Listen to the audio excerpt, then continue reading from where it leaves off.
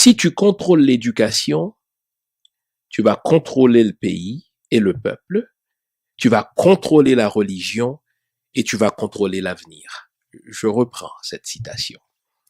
Parce qu'il faut l'avoir en tête pour comprendre comment, par la scolarisation, c'est-à-dire l'éducation formelle, mais également par l'éducation religieuse, on a tout simplement formaté l'esprit des peuples colonisés de manière à les enchaîner pour toujours. Et Joseph Shanahan, qui est je l'ai dit, un évêque catholique irlandais qui a exercé son ministère en Afrique, il a compris cela très tôt. Voici ce qu'il a dit. Et au fait, sa citation est une doctrine qui a été mise en pratique avant lui et qui est encore mise en pratique dans les pays anciennement colonisés. Il a dit ceci: si tu contrôles l'école, tu contrôleras le pays et le peuple, tu contrôleras du coup la religion, donc les croyances, et l'avenir des gens. Alors, le sujet du jour, je le reprends à des fins pédagogiques. Dans les pays anciennement colonisés, l'éducation formelle, donc la scolarisation, et l'éducation religieuse répondent à la même commande: enchaîner les esprits. Le président français d'alors, François Hollande, se trouve à Pointe-à-Pitre, en Guadeloupe, et là, il prononce un discours extraordinaire. Il a dit texto: lorsque je me rendrai en Haïti, je m'acquitterai de la dette de la France vis-à-vis d'Haïti. Waouh!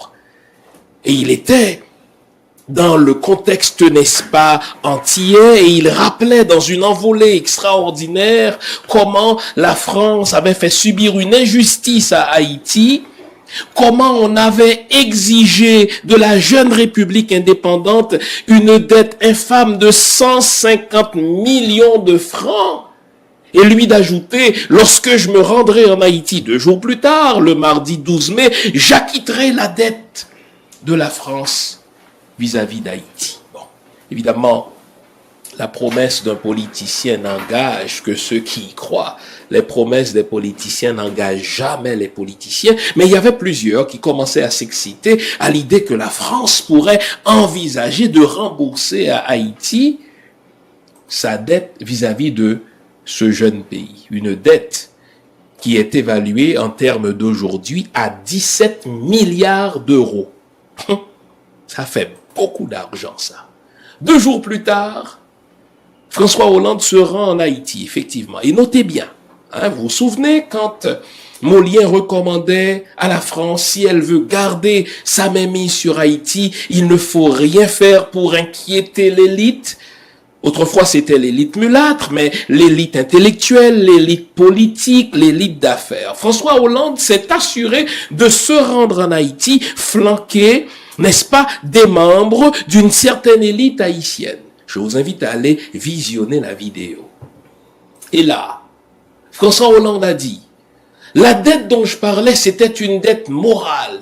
Et la France va, à la demande du président d'Haïti, c'est important, le président d'alors, n'est-ce pas, Michel Martelly, la France va appliquer, écoutez bien, un véritable plan Marshall d'éducation pour Haïti.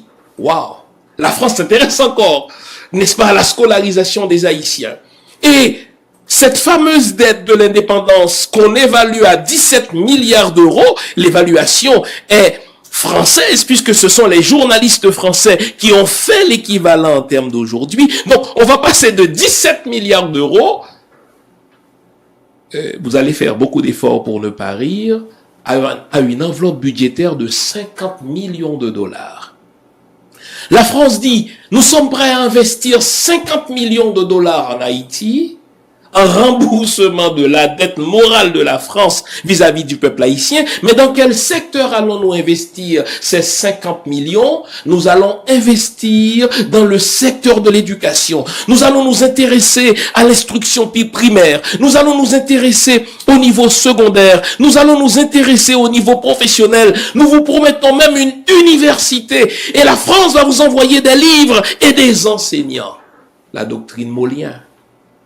Si on contrôle l'école, on contrôle le pays et le peuple. Si on contrôle l'école, on contrôle la religion. Et si on contrôle l'école, on contrôle l'avenir de ce pays. Donc vous voyez que malgré le fait que cette doctrine a été formulée entre 1825 et 1831, la doctrine Molien, elle est contemporaine, elle est actuelle, en ce que la France dit, si je veux garder mon influence en Haïti, c'est par l'éducation. Et François Hollande allait jusqu'à dire, votre langue, c'est le français, et nous allons continuer à la promouvoir en Haïti.